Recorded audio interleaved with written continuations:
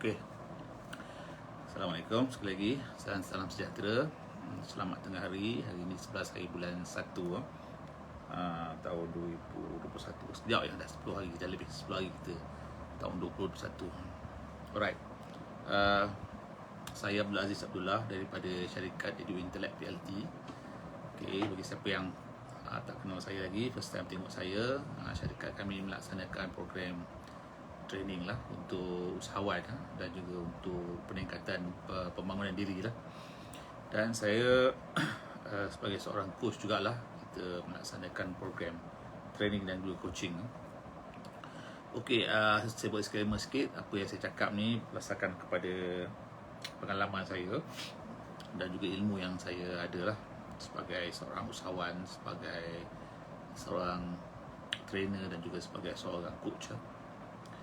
Okey, apa yang saya nak bincang hari ni visi 10 tahun daripada sekarang. Right. Dalam situasi hari ni di mana kita pun semua sedia maklum dengan situasi pandemik kita yang tak menentu kan. Banyak berita-berita yang merisaukan kita baca tiap-tiap hari dalam, sama ada di sosial media ataupun di akhbar arus perdana kan. Jadi nak tak nak, orang kata satu kerisauan tu biasanya ada pada diri kita. Okay? Sama ada kerisauan tentang kesihatan kita, kerisauan tentang ekonomi kita kan. Jadi dalam menghadapi benda-benda macam ni, it's good lah kalau kita dapat orang kata buat satu exercise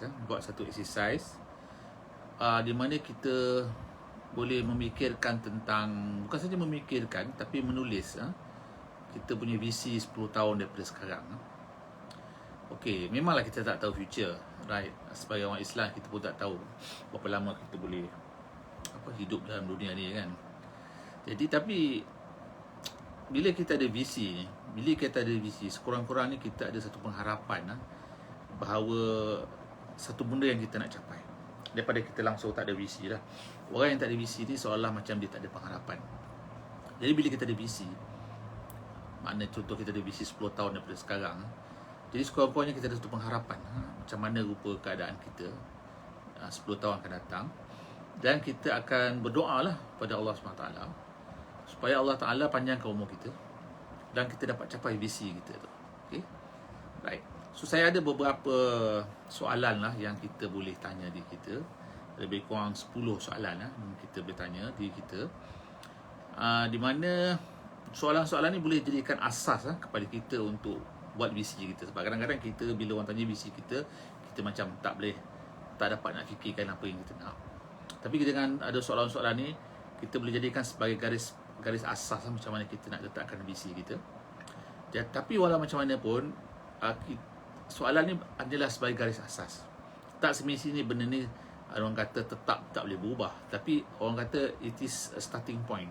Sekurang-kurangnya kita bermula dengan memikirkan daripada hari ini visi kita.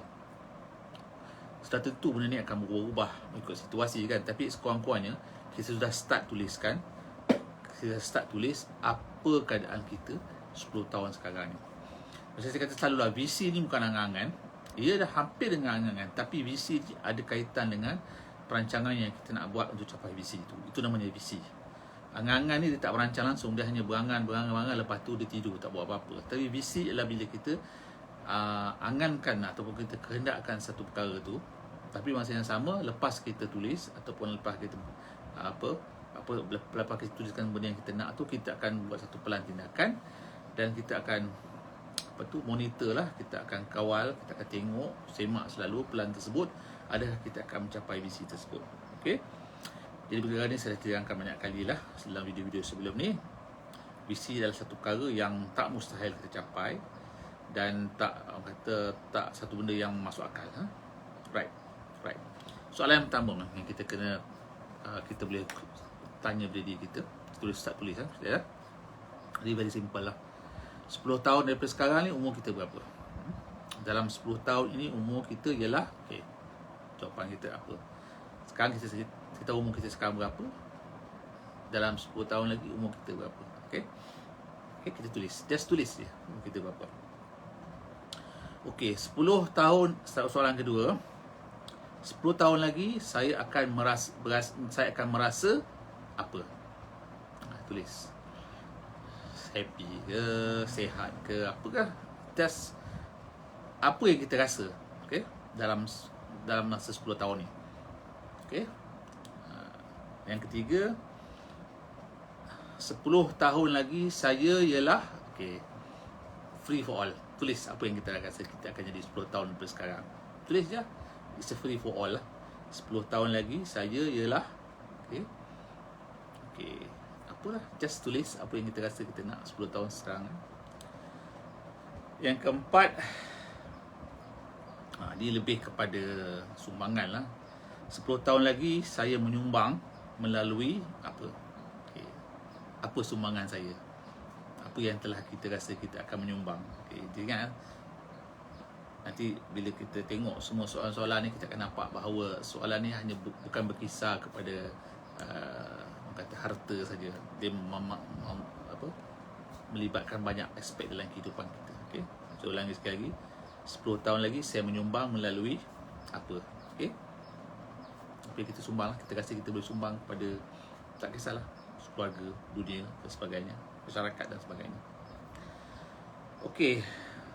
Dan soalan kelima, dalam 10 tahun lagi, selama 10 tahun ni, 10 tahun akan datang ni, kejayaan yang saya tempuhi termasuklah, kita tuliskan kejayaan-kejayaan kita yang kita dapat capai. Semualah, dari kita, keluarga kita, bisnes kita, dengan masyarakat. Apakah kejayaan yang kita rasa kita dapat capai dalam 10 tahun akan datang. Dia dah mula, kan saya kata tadi, dia tak melibatkan hanya keuangan kan, dia dah melibatkan benda selain daripada keuangan. Okey, 10 tahun lagi kejayaan saya termasuklah apa dia. Okey, soalan ke-6. Dalam 10 tahun ni, pengalaman yang saya lalui ialah, apakah pengalaman yang saya lalui? Kita list down pengalaman yang kita rasa kita akan lalui dalam 10 tahun akan datang. Ini adalah visi kita kan, pengalaman kita. Apa pengalaman kita? Saya kata tadi, pengalaman dalam keluarga kita, pengalaman dalam kita punya pengalaman dan kejayaan lain. Pengalaman tak semestinya berjaya, tapi kita tulis pengalaman. Okey, tadi soalan yang kelima ialah kejayaan. Kita berjaya. Yang ni pengalaman. Okey, mungkin kita kata kita nak sesuatu perkara, itu adalah pengalaman kita. Tapi tak semestinya kita berjaya. Okey. Jadi pengalaman ni sebenarnya lebih banyak daripada kejayaan. Okey. Nombor 7. Dalam 10 tahun ni, saya sayang apa? Apa yang kita sayang dalam 10 tahun ni? Mana dalam 10 tahun akan datang ni, apa yang saya akan sayang? Okey, tulis. Sayang diri kita, sayang keluarga, apa? Mak bapak, masyarakat dan sebagainya. Apa yang kita sayang? Okey. Lepas tu dalam 10 tahun ni, okey, saya akan dikelilingi oleh siapa? Okey. Orang yang kita, tadi kita kata siapa yang kita sayang. Okey.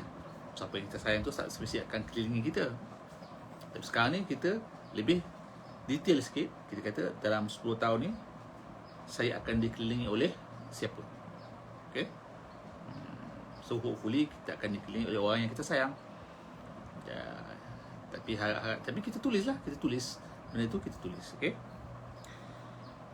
Lepas tu yang ke-9, dalam 10 tahun ni saya akan memberi inspirasi kepada siapa? Siapa yang kita beri inspirasi? Okey. Masyarakat, keluarga kita, siapa kan? Jiran tetangga, siapa yang kita beri inspirasi? Dan yang akhir sekali, yang ke-10, dalam 10 tahun ni saya akan, ini something yang quite big jugalah, siapa yang kita akan memperkenalkan kepada dunia, okay, dalam 10 tahun. Jadi saya akan listkan soalan-soalan ni di bawah video ni nanti. Jadi bolehlah kita buat reference untuk kita buat exercise ni. Tapi walau macam mana pun, macam saya kata, bila kita tengok semua soalan-soalan ni, nampak macam soalan ni, bila saya kata mula-mula tadi visi 10 tahun, mungkin ada setengah pendengar, para penonton ingat bahawa visi ni adalah berkaitan dengan kewangan atau harta.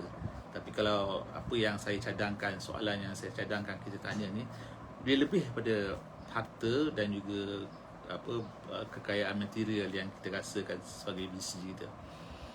Dia sebenarnya dia sebenarnya menyentuh juga perkara-perkara yang dalaman kita dan perkara yang di luaran kita, macam contoh masyarakat, keluarga kita, masyarakat kita dan sebagainya lah. Jadi benda-benda ni semua penting lah dalam, orang kata, kita dapat mencapai balance dalam kehidupan kita lah. Okay, kalau kita hanya letak visi hanya kepada material sahaja, mungkin kita akan hilang benda-benda lain lah, macam yang saya kata tadi lah. Jadi bila kita buat exercise ni, bila kita tulis ni 10 soalan ni, bila kita jawab, tak semesti benda ni akan kita dapat akan tak berubah-ubah. Benda ni boleh berubah kan. Tapi sekurang-kurangnya, masa saya kata awal tadi dah, sekurang-kurangnya benda ni adalah sebagai satu titik permulaan lah untuk kita buat visi kita, dan lepas tu kita buat perancangan lah, dan pelan tindakan lah, supaya visi yang kita dah tuliskan ni kita dapat sempurnakan lah dengan kita punya pelan tindakan. Dan of course kita kena, orang kata, semak lah benda ni. Seluruhnya dari tahun ke tahun lah kita semak perkara ni, dan buatlah perubahan yang kita patut buat dalam kita visi kita tu, dan juga pelan tindakan dia. Jadi saya harap tuan-tuan dan puan dapat sedikit sebanyak manfaat daripada apa yang saya kongsikan hari ini, dan boleh share lah video saya ni pada rakan-rakan yang tak tengok. Okey, sekian. Assalamualaikum warahmatullahi wabarakatuh. Okey, bye-bye.